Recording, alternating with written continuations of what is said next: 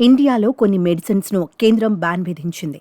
Paracetamol, calcium, vitamin C, D three, antibiotic, మధుమేహం, BP టాబ్లెట్లు సహా 53 రకాల ఔషధాలు నాణ్యత పరీక్షల్లో విఫలమయ్యాయి. భారత ఔషధ రంగ నియంత్రణ మండలి ఈ ఔషధాలను నాణ్యత ప్రమాణాలు లోపించిన ఔషధాల జాబితాలో చేర్చింది.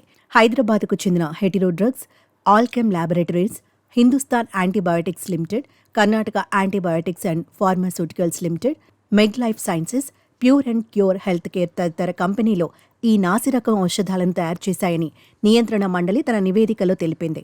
సిడిఎస్సిఓ మార్కెట్లో విక్రయిస్తున్న ఔషధాల శాంపిళ్లను సేకరించి పరీక్షలను నిర్వహిస్తుంటుంది.